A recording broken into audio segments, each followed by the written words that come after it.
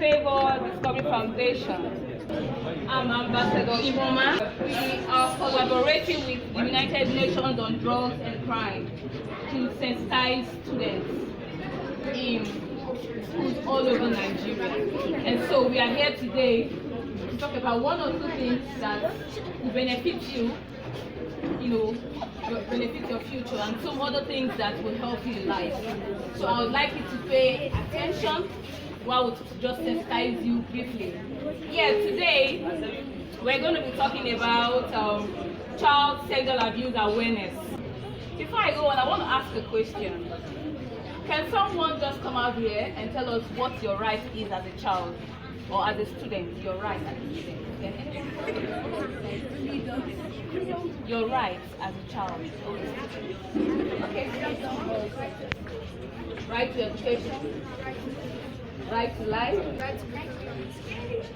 Right to be freedom of discrimination. Okay, that's a great one. Please clap your hands for him. I'm so excited. This falls back to every one of us here. In as much as he can say what his right is, each and every one of us here can say what our rights are, right? You know your right as a child. Yes, it's very important so that you won't be taken for granted wherever you find yourself. You stand firm. But when you don't know your right as a child, you'll be treated anyhow. Would you like to be treated anyhow? Hello? Would you like to be treated anyhow? You wouldn't like to be treated anyhow. So it's important you know your right as a child or as a student. All right, that's a great one. Now, I want to talk about that because there's so many things happening today. Abuse, discrimination, killings, depression, murder, here and there. It's important that you are aware about all these things, okay? And then the rule of law, you too should be aware. Okay, last month I visited the cyber cafe to do something, and I saw a student. She just finished her junior YF. And she came and told the woman, "Ma, please, I want you to type something for me." And the woman said, "Okay, what do you want me to type for you?" She brought it, is her junior YF result. She said, "I want you to do some correction there for me." And the woman looked at her and said, "Are you sure you know what you're talking about?"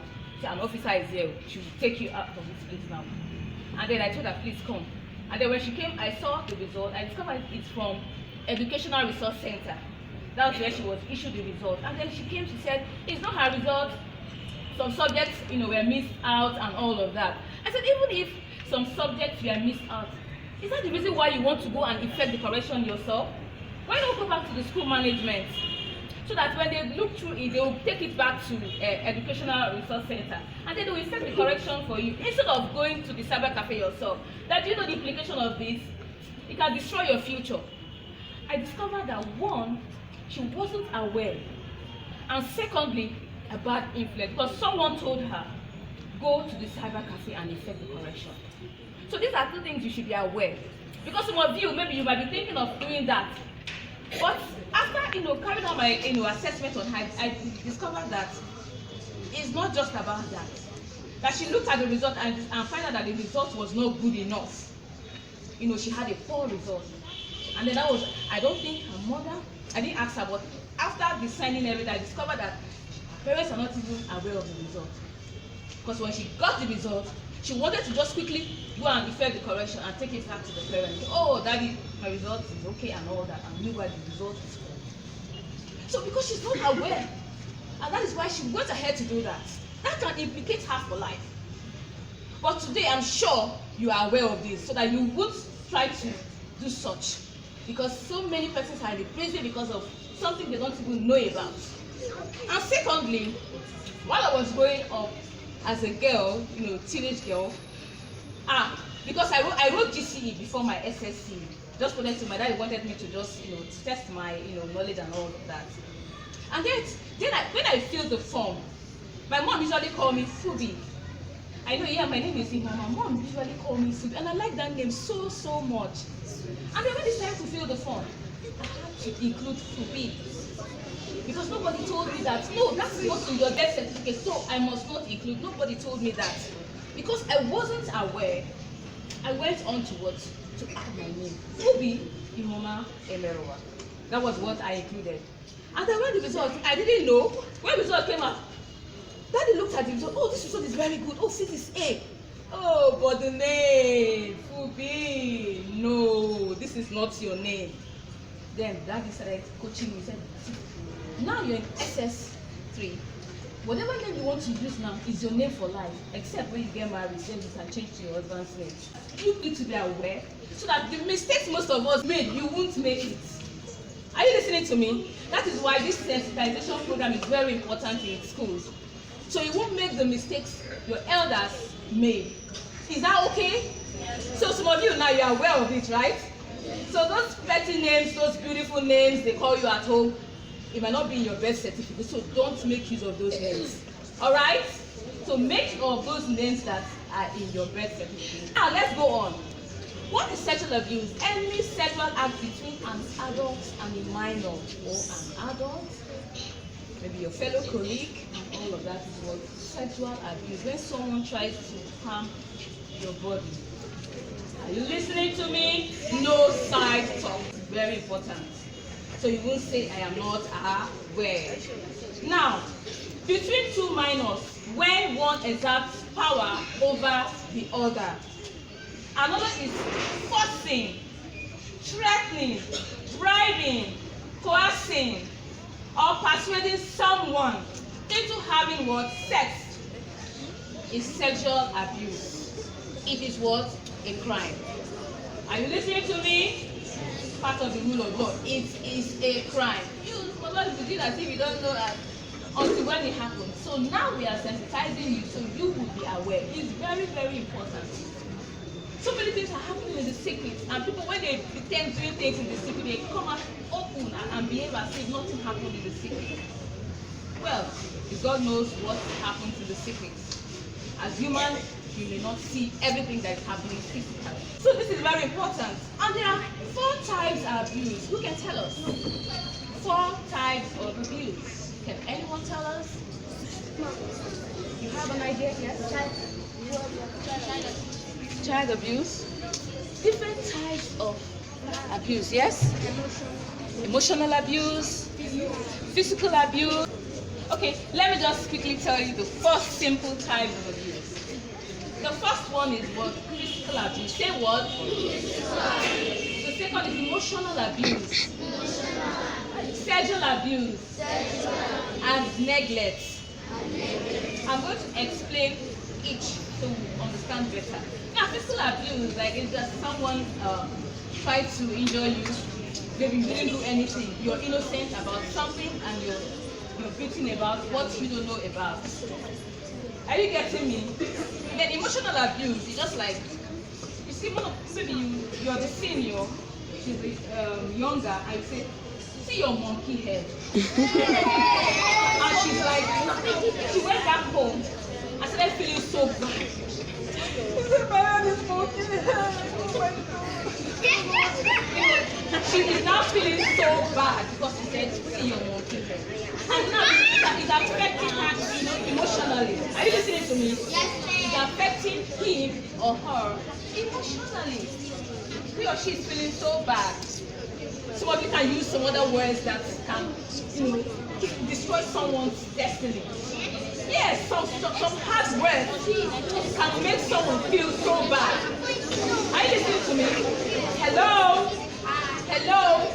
Do you know if someone is affected emotionally, that person can be depressed?